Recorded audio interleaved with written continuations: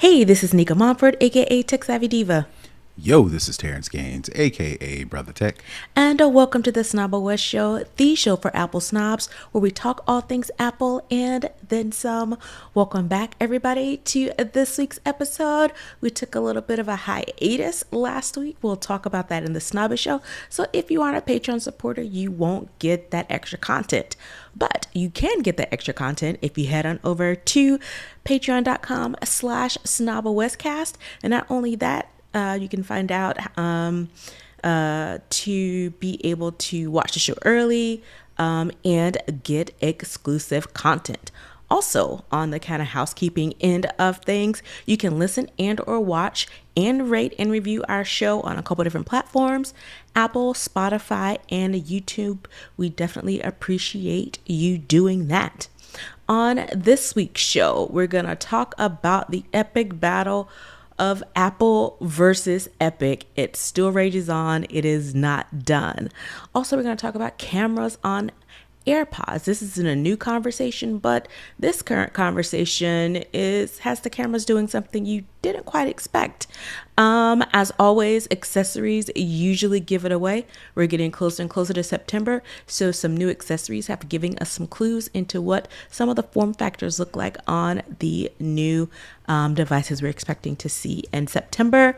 Rounding it out, Claude. For many of us who use AI thinking partners for different things, they are now starting to watermark its content, and that is causing quite a bit of hubbub. And finally, we're going to round it out with little Stephen A. Smith getting his feelings hurt over at NABJ. And with that, we're going to go ahead and jump into some of these topics for this week's show. We're going to kick it off with the lowdown, where we talk all things Apple. Again, as I mentioned, there has been this fight between Apple and Epic Games, the owners of Fortnite, for probably a couple of years now, as it relates to the App Store and the way that external payments have been made. A decision came down, but there was a bit of a plot twist this week after Judge Yvonne Gonzalez Rogers held Apple in contempt over its App Store practices. The Ninth Circuit Court upheld the contempt ruling, but reversed her outright ban on the commissions, sending the case back down to the set rate limit. Sending the case back down to set a rate limit to cost that are, what they're calling, quote, genuinely and reasonably necessary. And this, again, is for the external payment links. So Apple said, you know what, we're not giving up the fight. So they've decided to take it all the way up to the Supreme Court, which has agreed to hear its appeal. But on August 11th, the lower court judge Rogers refused to pause the App Store fee proceedings while SCOTUS reviews the cases. Typically, they kind of put a pause on things if there is a decision pending. But this judge said, nope, we are not pausing it. So then Apple had to go back to the Supreme Court to get an emergency stay, which Justice Elena Kagan granted a temporary 24-hour pause. So here's a number that matters. Since the contempt ruling took place, Apple has been charging a big fat zero commissions on external purchases in the US, meaning that the roughly 15 to 20 billion, that's billion with a B, a year in App Store money has been, again, like I said, cut to zero through this entire, 2, maybe 3 year long battle.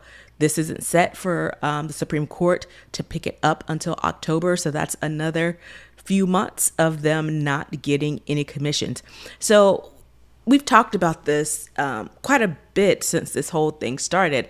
But the thing that kind of sticks out to me, I don't know if it does to you, Terrance, but the fact that this judge seems to kind of, have it out for Apple and are like, you know what? Nope, we aren't going to give you anything, even within the typical, if you get the Supreme Court to hear your case, typically there's a pause on things until it gets sorted out. But this judge is like, nope, I'm not having it. I don't understand what the issue is. If Apple has been charging zero commission on external purchases in the US, then what is the rate limited set a rate limited to cost genuinely and reasonably necessary for external payments? Granted a 24-hour pause. I don't understand what the issue is if Apple's not charging for external leaks. I'm not saying that they have been told that they can never. Maybe that's what's still waiting to be decided. But in the meantime, all these 24-hour stays and these emergency stays and these last minute rulings, I don't understand if Apple's not charging zero commission on external links anyway, while this has been happening. Well, I think that's the problem. I think Apple wants to resume the charging while this whole thing gets settled. That's what I'm getting from it. And I think overall, it feels to me that Apple is trying to get this whole thing reversed so that they can, charge. And I think the rate setting limit is, the percentage that Apple was charging. Epic was saying it was too much. So it seems to me, based on all this, Apple is trying to get the ruling reversed. And if they can't get it fully reversed, then they want to at least be able to set the limit that they charge for using the external links.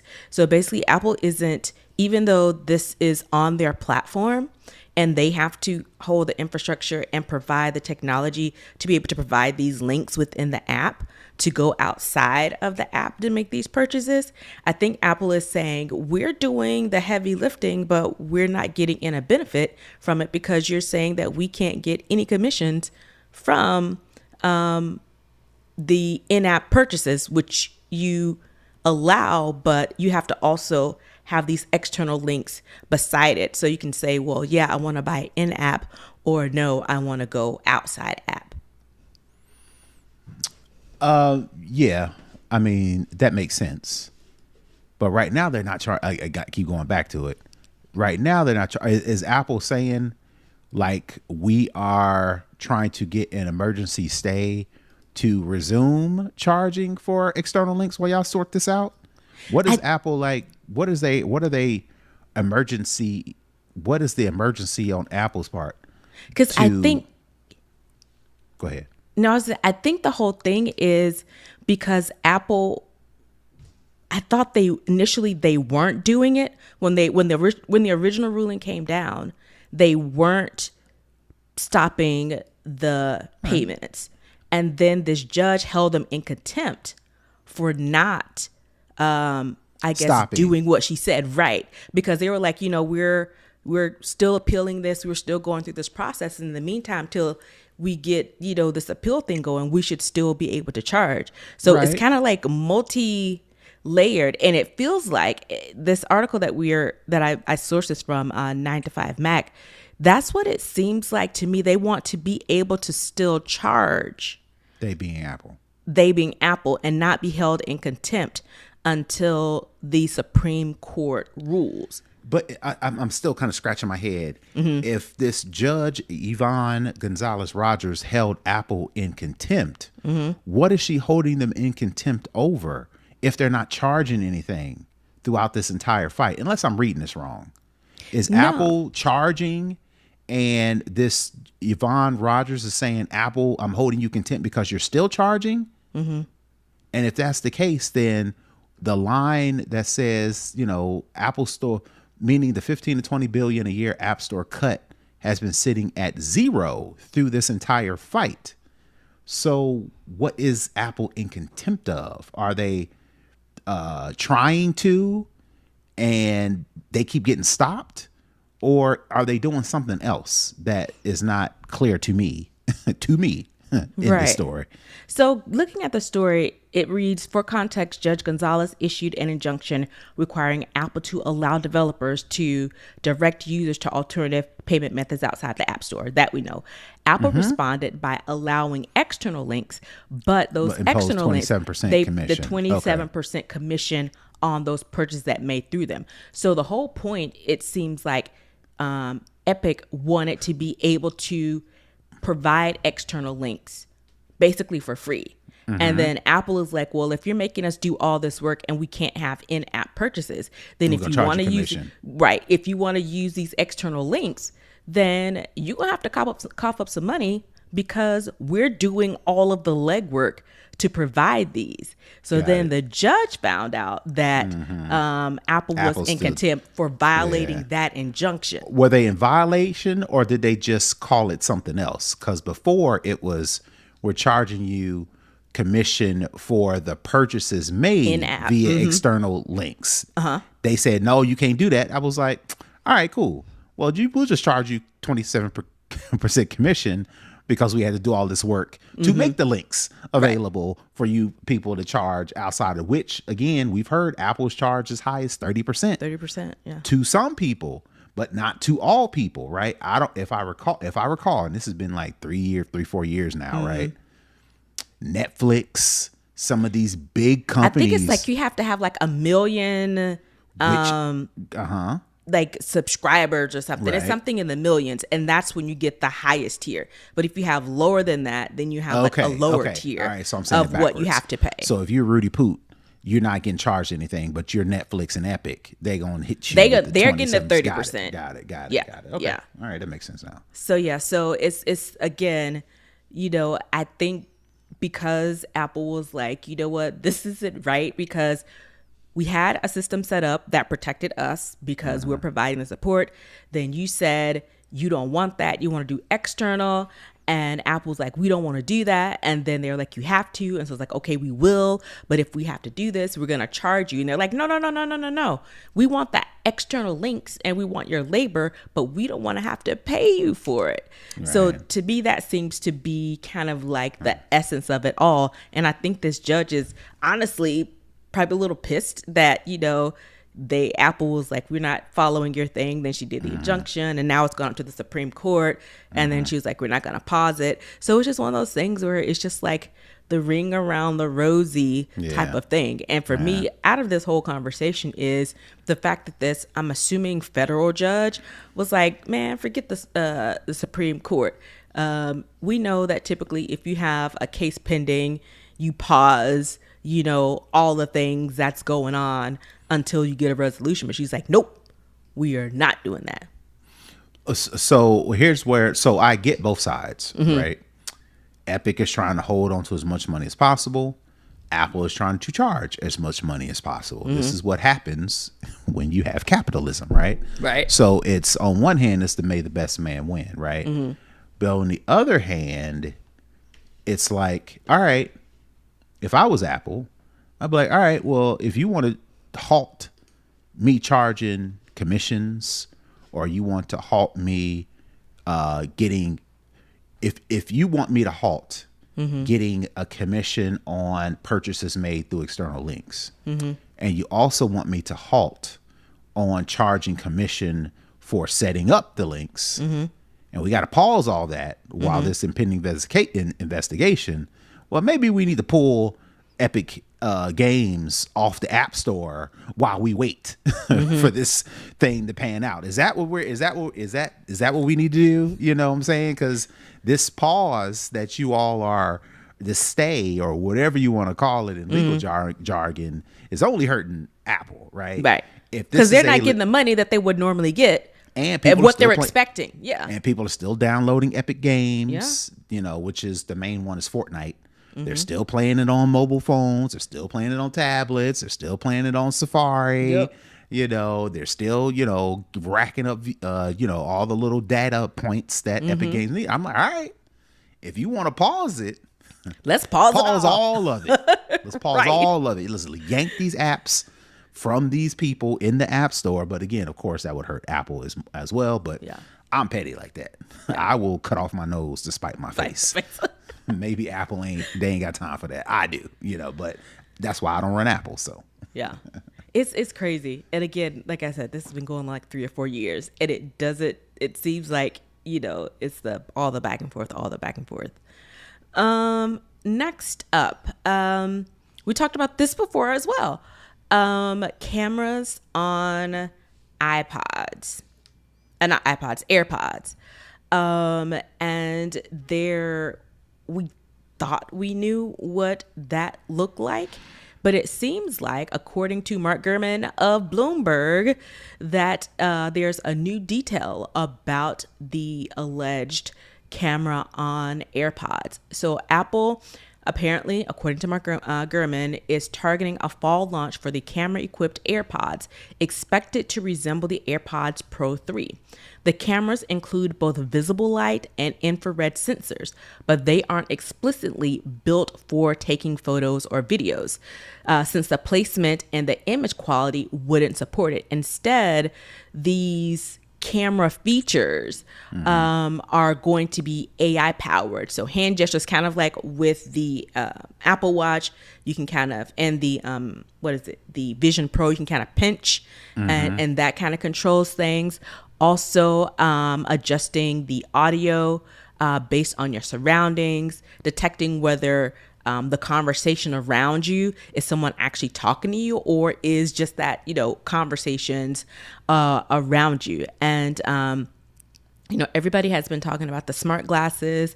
We've talked about, Meta's cameras doing the whole recording people when people don't want to be recorded. But it sounds like Apple with these cameras on the AirPods is similar to what you were saying, I think a couple of weeks ago, about being able to thwart people being videoed or taking pictures of without their knowledge, is not have the actual camera taking, video taking feature. And I saw this video, I tried to find it again, but it was almost like a leak that showed this guy with the AirPods in, and he held up a book, and it was basically like, I want to read this later. And so the cameras and the sensors were able to capture the name of the book and I guess store that or let him know. So again, the camera isn't necessarily picture taking, video taking, but it's used for what is it, the is it camera intelligence, I think is one of the features. No, visual intelligence is one of the features on iPhone. So it sounds like cameras might be coming to AirPods, but not in the traditional sense. Which makes sense, in the wake of all of the Meta issues that Ray-Ban issues that Meta has been having. Apple don't want none of those problems. All the pushback, just surveillance in general. We're talking about flock cameras. We're talking about, facial recognition. We're talking about the whole nine. People are starting to speak out against this type of surveillance and invasion of privacy. So, Apple reading the tea leaves is like, all right, what we're not going to do is add our name to the ire of people talking about facial recognition and data privacy and privacy invasion, and say, all right, well, we're going to put cameras on these things, but they are not cameras in the sense that they can detect faces. They can't detect who you are. They're not even really low key, not even really used to detect humans. They're used to detect things, like you mentioned, words on a screen, maybe a sign, maybe a like you mentioned, gestures, like if I want to turn the volume down, turn it up, pause. I'm pretty sure they're going to work in conjunction with the smart glasses that's rumored. If they don't, that would be a good idea for them to work in conjunction with the smart glasses.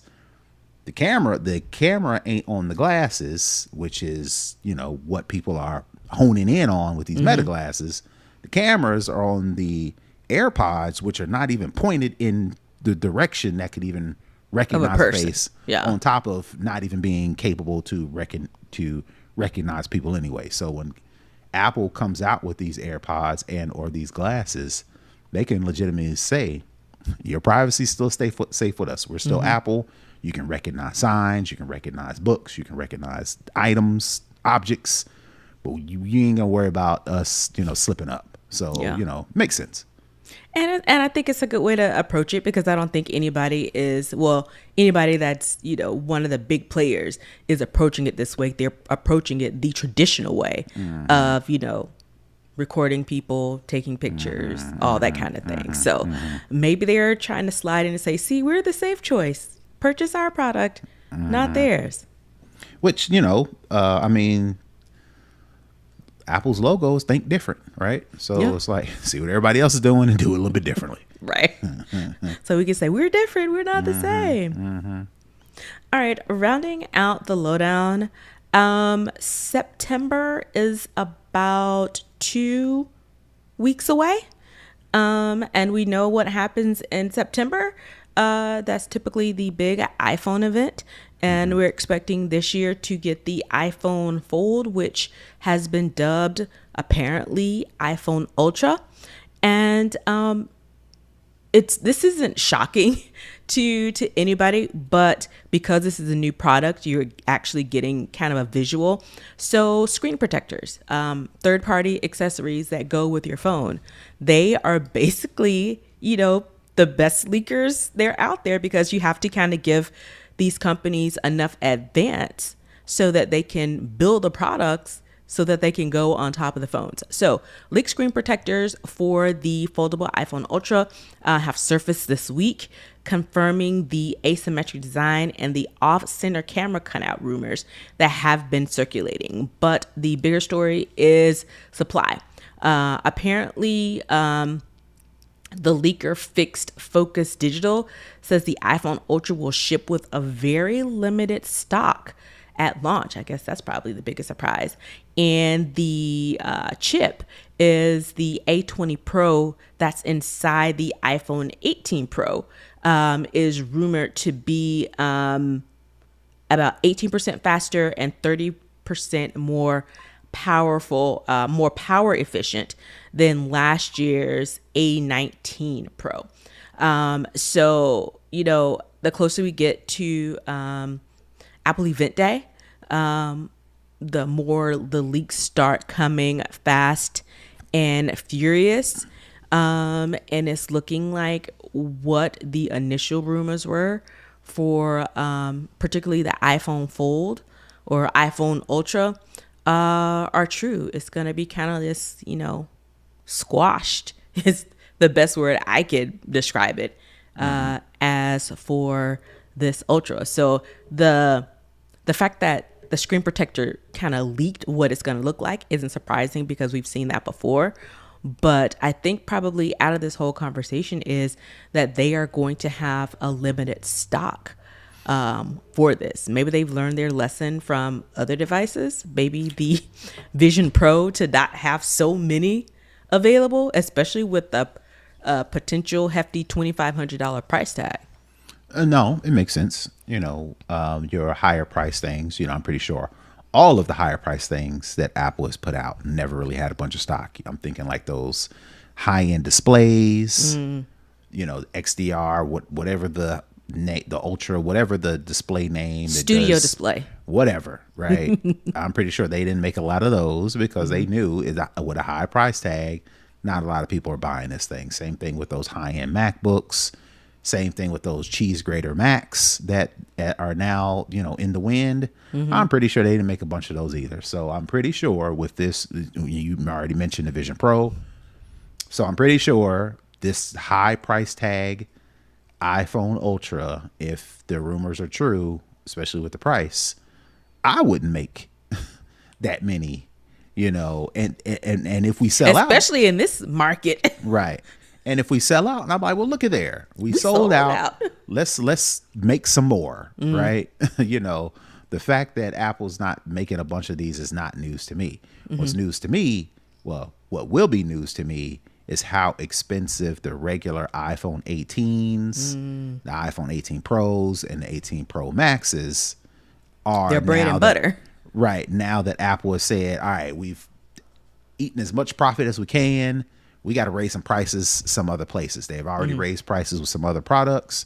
We're all waiting to see if they're going to raise the prices on the regular phones, not the Ultras, not the fancy things, but the 18s, the Pro, and the Pro Max. If they raise the price of the Pro Max or the Pro, I may just not even get an 18. I may drop down and get a 17 Pro Max, last year's model, because I'm at the point now to where it's like, yeah, I'm a techie. Yeah, I want the latest and greatest, but now it's just like, at what cost? You got to make it worth my while if I'm spending that. At what cost? If you're raising the prices and the features are not, I mean, they're gonna have to show me something. Wow, me for me to get the 18 Pro or Pro Max. Because if they don't, and they're just like, oh, the camera's a little bit better. The camera has 2,000 more megapixels, or it's 15% greater than it was on the 17.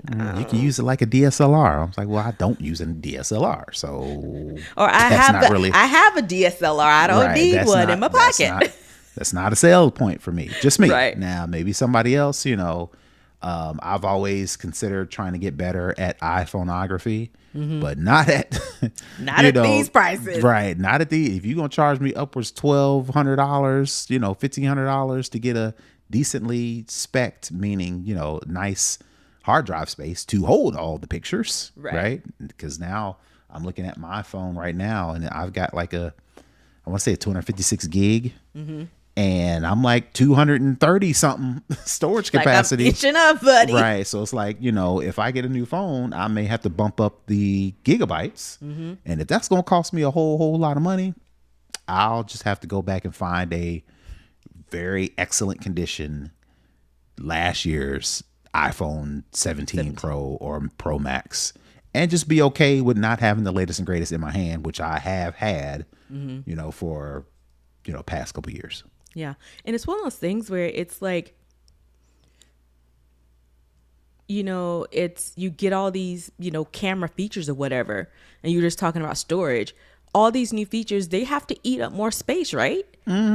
So it's like me jumping up to a higher tier isn't really saving me anything. It's just kind of like the natural attrition of the product. And we've seen, when we talked about it before, some of the Apple products went up to $250, more. And so it's like, if the iPhone comes out, the new one, the 18 Pro, and it's like $250 more, it's like, nah, bro. I don't care what you got to show me. If the base model starts at an additional 200 to 250, like I said, when we were doing before we knew the prices, I was expecting like 100, maybe 150. And then some of them, a bulk of them came out with the price jump over 150. I was like, yo. Now what? I say that to have said that the iPhone Ultra would have to fold horizontally and not be this passport thing. If it folded horizontally, now we're talking. Now I may consider gives you more of a flip phone vibe. Right. But it keeps the same overall dimensions of the current iPhone. As the current iPhone, and then I open it up. Now I got two, or now I got whatever. Now I got a bigger screen. They're not doing that. And the pictures I've seen based on the leaks that you've already mentioned, it's not my cup of tea, man. Nah. It's not my cup of tea. It does not look good. And I've said this the whole time. You're going to hear me harp on it again. If I don't get the same feel as my current iPhone with a flip or a fold or a crease or whatever you want to call it, then I don't want it, because that just changes the whole trajectory of how I hold my phone, how I use my phone, because most times I'm going to use it in the folded capacity, not in the expanded capacity. Yeah. Nope. So I needed to feel like my phone that you've been selling me for the last 20 years. And I get it. Apple's, I guess they are looking at how people use their phones. And a lot of people, maybe, I don't know if this is enough to justify such a big change, but a lot of people are using, like voice commands, right? Siri. And now that Apple claims we're going to get Siri AI and Apple Intelligence, maybe they are banking on people using their watch, because I use my watch a lot to bark out text messages or home automation commands or reminders, all those little things, right? And I'll get on my phone to check email, check social media or something like that, or get into, some consuming media, social media, YouTube, whatever the case may be, that's when I could consider myself folding it out. And if I'm spending most of my time barking commands through my AirPods or barking commands through my watch, or, triggering Siri on my phone, but not really interfacing with it, I guess Apple's like, well, I guess we could change the interface a little bit.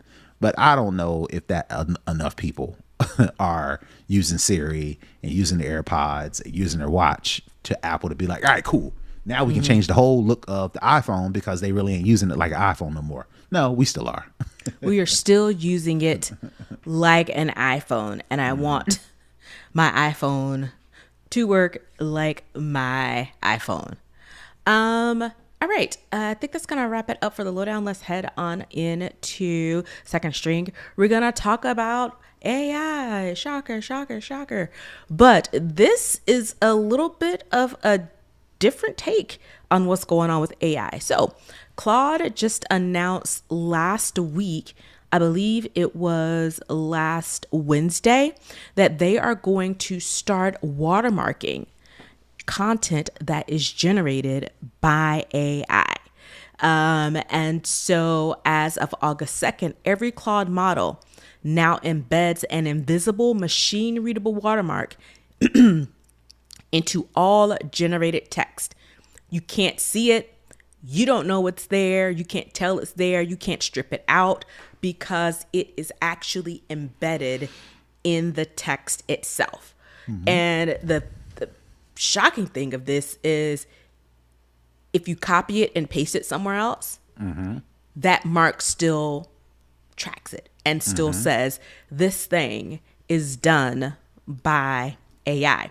It's done by Claude. And all of this is a part of the EU's AI transparency code that became enforceable August 2nd. And it carries up to a fine of 15 million euros for non-compliance. And so this isn't just something for Claude.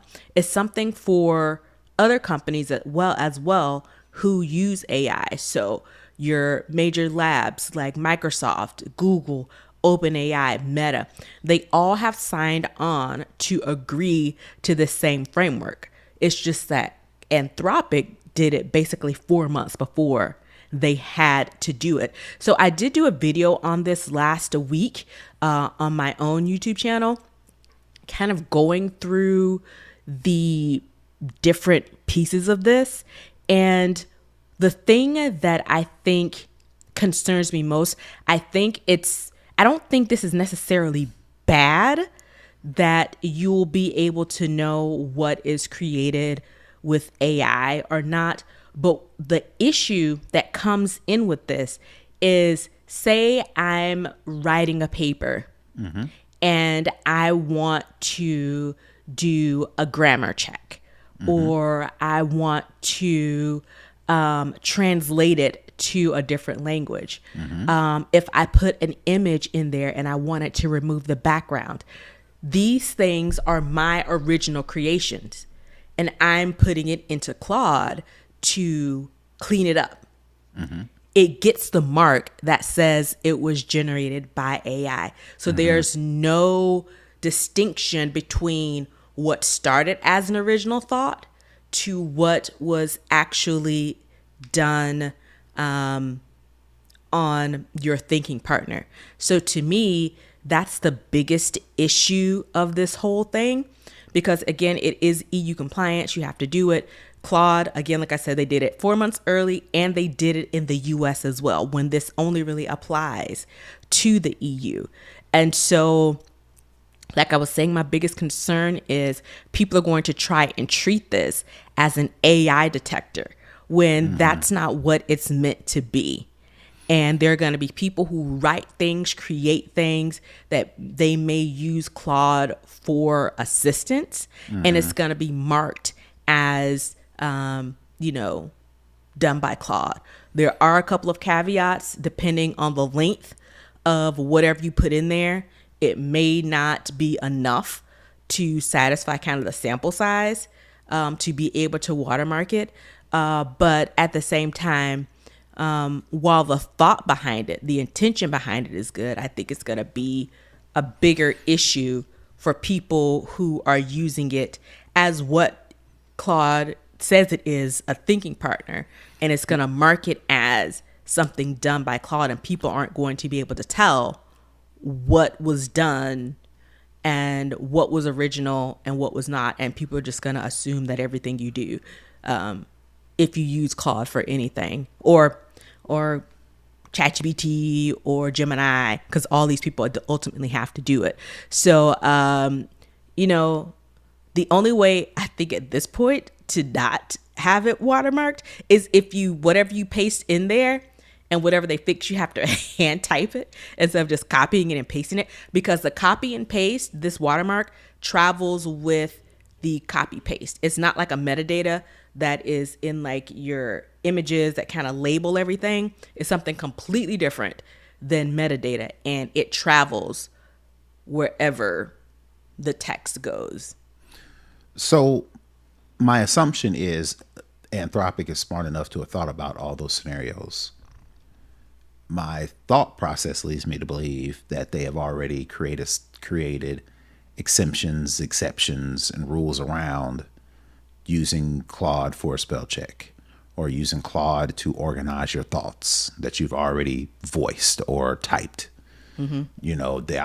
I am assuming they have already created loopholes around things like translating to different languages, that they have already thought about what happens when a user has all of if they're writing a paper, like you mentioned, and they need to come up with footnotes, or they need to cite their sources. Mm-hmm. And they've already got their sources, they've already entered the sources into Anthropic, and you tell Anthropic, all right, organize all of my sites, my sources, and create footnotes, right? Mm-hmm. That's something that I'm pretty sure most people, let's think teachers, for example, if they have access to this machine, let's call it a machine, mm-hmm. that can detect this watermark, my assumption is they will be able to get results that say, okay, well, this person only used it for spell check. They've only used it to fix their grammar. They've only used it to organize their notes. Mm-hmm. They're only using it to to organize their sources. They're only using it to format the paper in ELA format, right? Mm-hmm. None of those speak to any sort of cheating or copying or plagiarism. So I'm hoping Anthropic is like, all right, we got you. Don't worry about these things. You should be worried about plagiarism. You should be worried about, having Anthropic do all the work for you. Mm-hmm. You're just saying, write me a paper about X, Y, and Z, and Anthropic does all the stuff, and you just try to add your voice to it. No, that's you cheating, dog. So we're going to tax you on that. But all the other stuff, we done thought about it. Now, if that ain't the case, then this is going to crash and burn miserably, because what you're not about to do is call me cheating when all I did was took all the stuff I wrote mm-hmm. and fixed the grammar mistakes, right?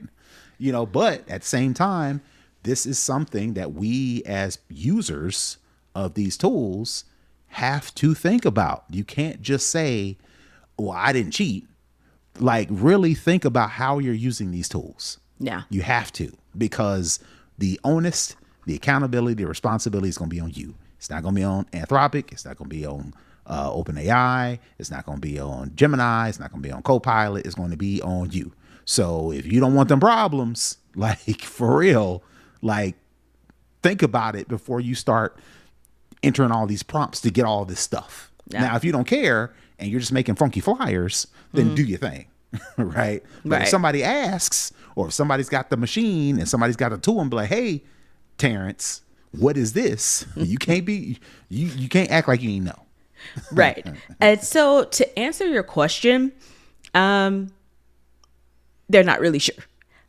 This is then kind of never like mind there's kind of like this ambiguous thing, because TechCrunch did this whole kind of deep dive into it, and TechCrunch asked them, like, you know, how are you going to be able to remove the watermark from your, you know, like your content?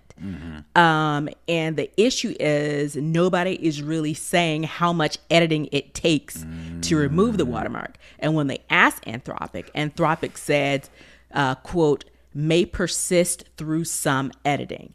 So you don't really know. And I think the issue with Anthropic is, you know, I don't think they are really able to answer that question of how much of, you know, what was edited earns that watermark. I'm assuming there's some sort of threshold, but nobody is saying specifically what that looks like. So it's not saying, so say if I upload my paper and then I say I use these sources, format it into APA format, or create the bibliography, or create the table of content, you know, if somebody's doing this for a research paper. At this point, nobody is really saying what gets marked, or what of my original content, or how much of my original content that was changed gets the mark.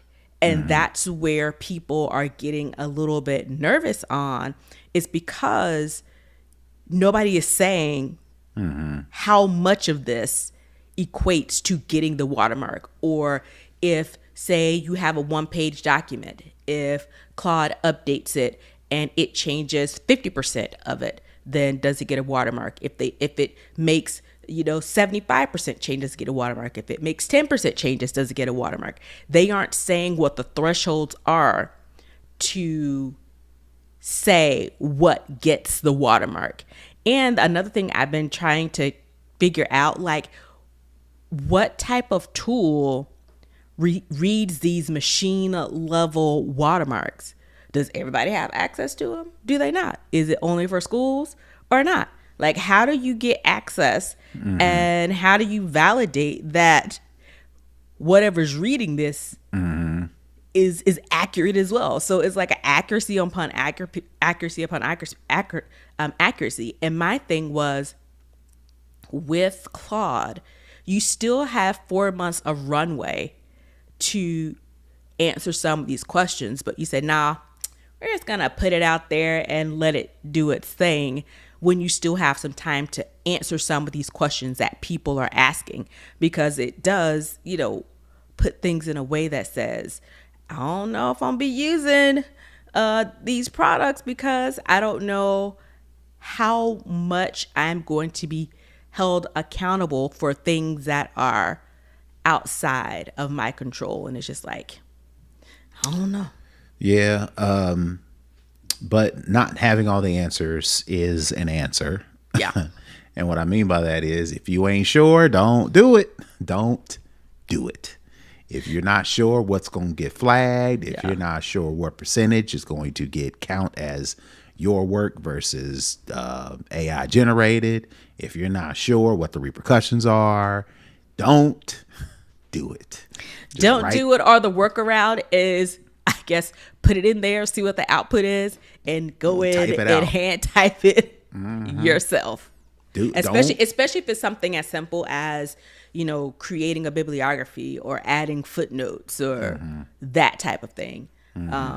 But sometimes, you know, you write something and it's a little rough. It needs some extra, you know, finesse behind it. It doesn't change that those aren't your original thoughts. It just gets some, you know, cleanup around it. Well, and that's what we assume, right? Yeah. But now Anthropic's like, I don't know, dog. So I'm like, all right, well, you told me all I need to know. Because what I'm not going, what you're not going to do is catch me slipping. Right. And that's what happens. People be using stuff like, I mean, this is so out of left field, but, you know, when COVID hit, everybody was PP loaning it up. Yep.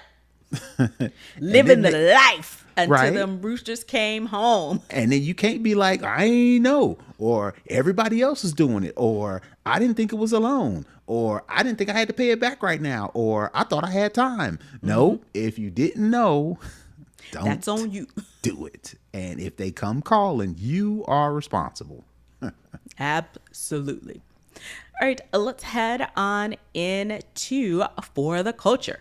All right, so this week in Atlanta, last week was a busy week in the city of Atlanta. Not only was Atlanta Tech Week, Render ATL in town, but NABJ, the National Association of Black Journalists, was in town. So they kind of go around the country and they have this big gathering of Black journalists. And they have sessions, they have speakers, they do all these things. They have awards and all that type of stuff. Well, I think I don't know if it was the last day or the next to the last day, whatever the awards day was, the NABJ handed out their awards.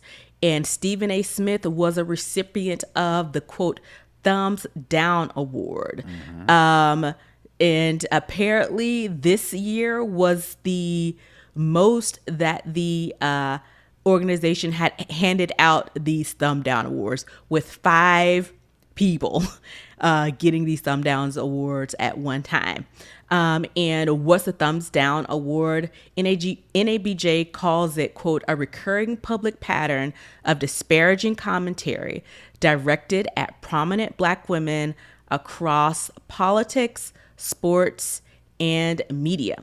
And it specifically cited the past comments from Stephen A.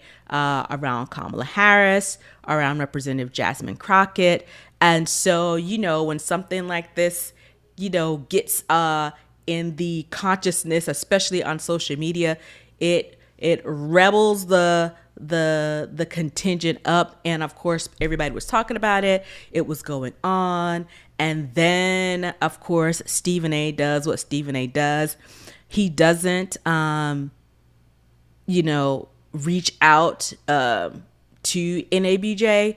What does he do? He goes on Fox News, onto the Hannity show, and calls this a, quote, flat out lie, and accuses NABJ of political bias. And then he points out that he was raised by his mother and 4 older sisters as evidence against the fact that he was not disparaging these Black women. The president of NABJ, Aaron Haynes, is standing firm on what they said. They said, I said what I said. And the award is more of an accountability tool rather than an actual insult. So the other thumbs down recipients included CBS News, the Washington Post, the Fed chair, the FCC, the Federal Communications Chair Brendan Carr, and the media executive DeJuan McCoy. Yeah, he went on, to, go to Fox News to try and plead your case. Yeah. So I do believe Stephen A. has deserved some ire from the Black community based on just his overall, how he's moving, His right? shtick. Yes. He is moving very like, I'm trying to get this money. I'm on the MAGA grift. That's what he gives me. I'm trying to get this money, and the people who have the money are conservatives, so I'm going to cozy up to conservatives to get the money. I'm gonna be a Black person to talk about these things, and so they can say, I got a Black friend. To me, that's what it gives. Well, I don't get that from Stephen A. Okay. What I get from Stephen A. is I'm going to get the money. Regardless. Regardless. If that means I've got to cozy up to the people who have the money, that's what I'm going to do. If the conservatives was a bunch of Black people and we were conservatives and, white people were liberals, and we were saying, and we owned ESPN and we did all these things, he would be cozying up to us, right? Mm-hmm. The problem with that is, in order to do that, you have to throw some shade at the people who have the money who want you to throw shade at, right? You have to agree with them. You have to speak their language. It's not even that. You just have to show that you are on their side. That's all you got to do. And Stephen A., just the way he's been moving, he's always repeatedly said that. You know, he said, you know, this is respectability politics, for lack of a better term. He's like, you know, why are y'all talking crazy about so and so when they the ones that are signing the checks, yada, yada, yada, yada, yada, right? So I do believe he's been moving like that for quite some time, and it's becoming clearer and clearer and clearer, right? It's clear that he is, look, they got the money, you know, Trump is the president, and I'm trying to curry some favor. So I'm less likely to say anything negative about Donald Trump, even if he called me dumb, even if he called me all these things.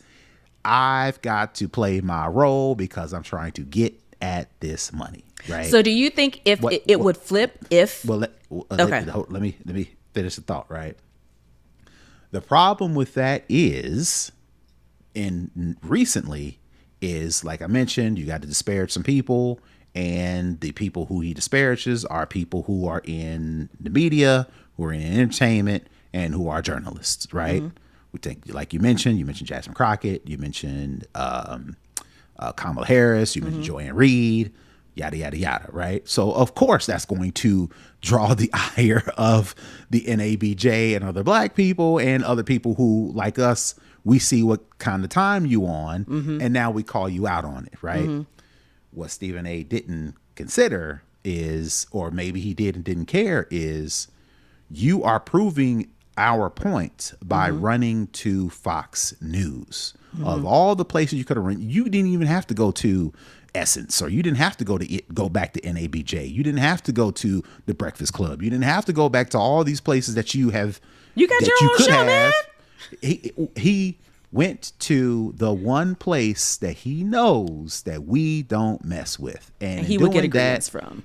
It was a self-fulfilling prophecy. Now, the problem Stephen A. is going to have is Candace Owens before him, Tim Scott before him, all these people before him, is he thinks that all I got to do is cozy up to the right people and get at this money. History has shown that when they are done with you, they are done. They are done with you, and ain't no amount of money is going to make you sleep at night knowing that the people who were writing your checks ain't really messing with you no more. Right. So then where are you left? Are you just left to your own devices? Because you can't go back home. You can't come back over here. And people have tried. And we was like, nah. You stay over there where you was at. The North remembers, right? Absolutely. So it's like, all right, be careful, because I hope you're thinking the long game. And if your long game is, I'm going to make enough money, I'm going to amass enough influence with these people that I ain't got to mess with these people, right? I hope that works out for you, because the second that they are done with him, and the second ESPN is done with him, and the second them conservatives, the second he say something crazy that he didn't even think was going to have them look sideways, he gonna say something. It's gonna be on First Take. It's gonna be on his podcast. He's gonna be somewhere, and he's gonna say something that them conservatives do not rock with, and they gonna drop him like a bad habit, and then we ain't gonna be like, oh baby, because we've done that enough. We've done that enough in the past, and we ain't doing it no more. And we see where to get us.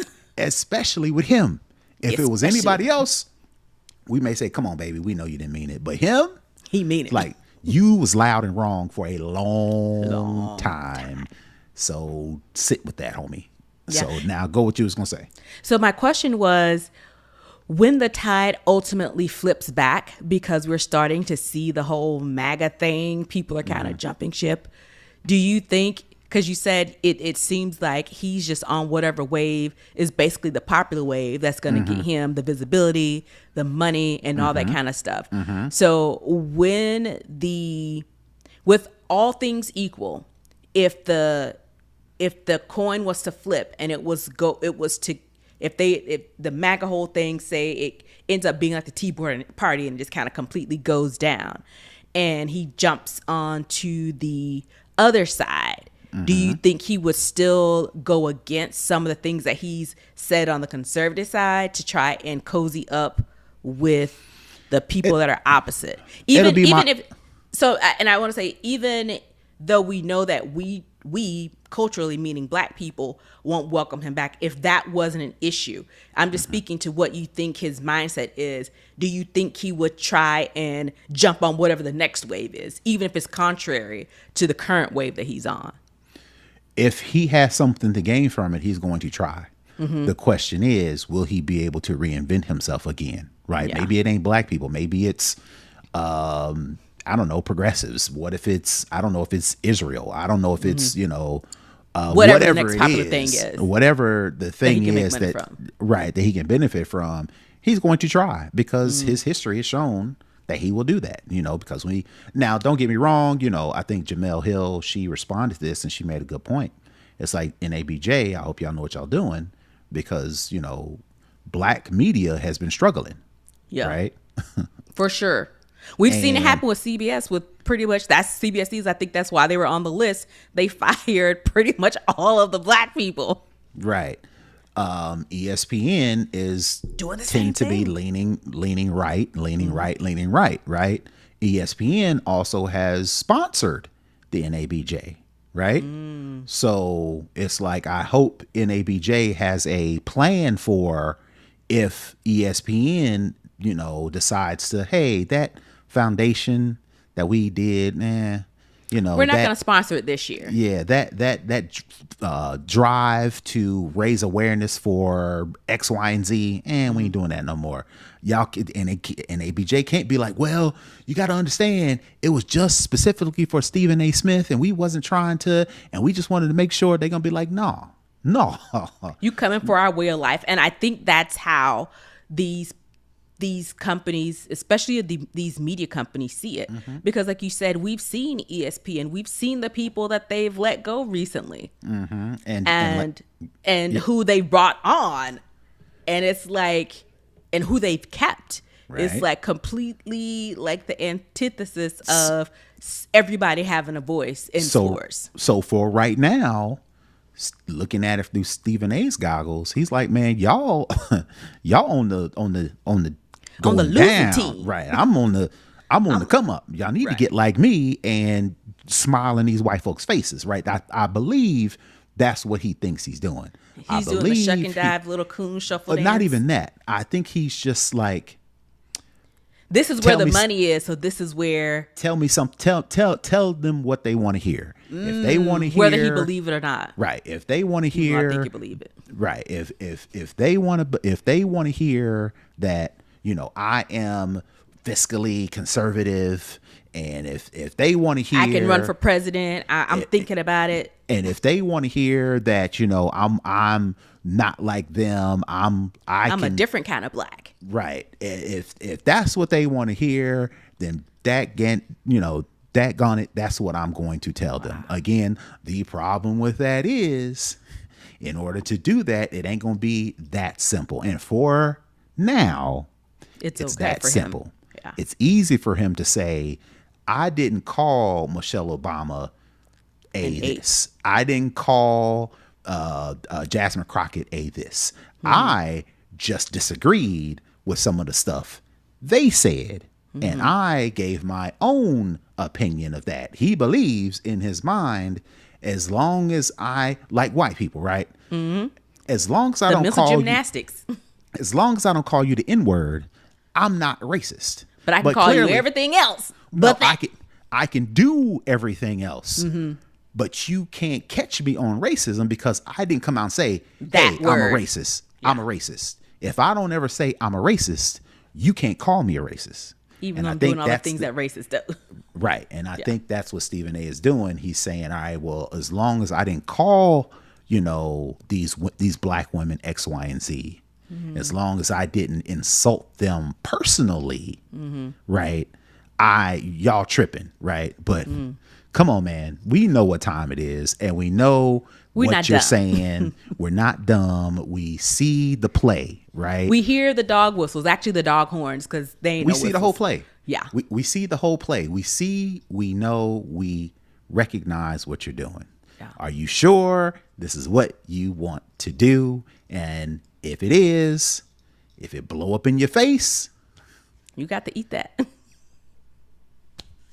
I hope you're ready. Yeah.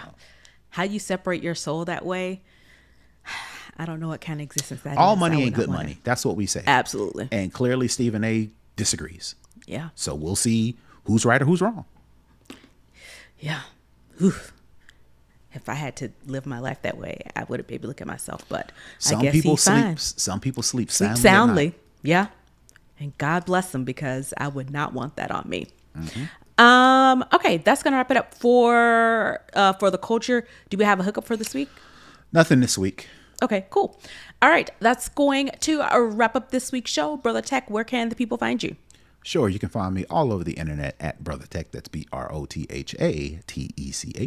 And you can find me at Tech Savvy Diva all over the interwebs as well. You can also find our show at snobOS Cast on all of the social media outlets. You can also hit up our website, snobOScast.com, to get all the details on how to comment, how to share, how to like, and how to support our show. And with that, we're going to wrap it up, and we'll see you next week. Peace. Bye, everybody.